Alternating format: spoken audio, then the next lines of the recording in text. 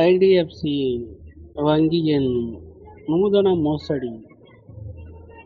வடிவேல் ஒரு படத்தில் சொன்னது போல், கிணறே இல்லாமல் கிணத்தை காணவில்லை என்ற காமெடியைப் போல் ஐடிஎஃப்சியில் பிரியதர்ஷினி என்பவர் மதுரையைச் சேர்ந்தவர், பழங்கானத்தம் பகுதியைச் சேர்ந்தவர்.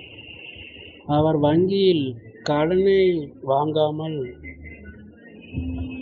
வங்கியில் கடன் பெற்றதாக ஆன்லைனில் ஐடிஎஃப்சி வங்கி அதிகாரிகள் மோசடி செய்துள்ளார்கள். இந்த நூதன மோசடி அப்பாவி அவர்களை வாழ்க்கையில் மிகவும் பாதிப்படைய செய்துள்ளது. கடன் வாங்காமல் சிபில் ஸ்கோரில் இந்த கடன் காமிப்பதால் அவங்களால் தேவைக்கு கடன் வாங்க இயலவில்லை. அவர்களால் கடனே வாங்காமல் ஐடிஎஃப்சி வங்கி மோசடியில் ஈடுபட்டுள்ளது. இப்படி எண்ணற்ற அப்பாவி மக்களை பலியீடாக்குவது மிகவும் கண்டனத்திற்குரியது. இது குறித்து பிரியதர்ஷினி அவர்கள் தமிழக முதலமைச்சர் தனிப்பிரிவில் புகார் கொடுத்துள்ளார்.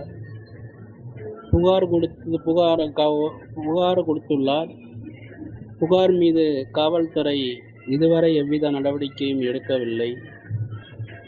எங்கும் கேள்விப்படாமல் அப்பாவி மக்களை ஐடிஎஃப்சி தனியார் வங்கிகள் இப்படிதான் கொள்ளையில் ஈடுபட்டு கொண்டிருக்கின்றார்கள்.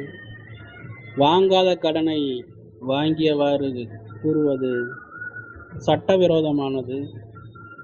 ரிசர்வ் வங்கி இது குறித்து ஐடிஎஃப்சி வங்கியில் மீது நடவடிக்கை எடுக்குமா?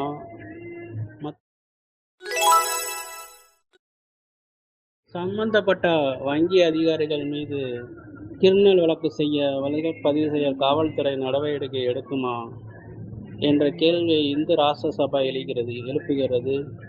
ஏழை எளிய மக்களை தனியார் வங்கிகள் இப்படித்தான் வஞ்சித்து கொள்ளையில் ஈடுபட்டு கொண்டிருக்கிறார்கள். இந்த நூதன மோசடி குறித்து சம்பந்தப்பட்ட அதிகாரிகள் உரிய நடவடிக்கை எடுக்க வேண்டும்.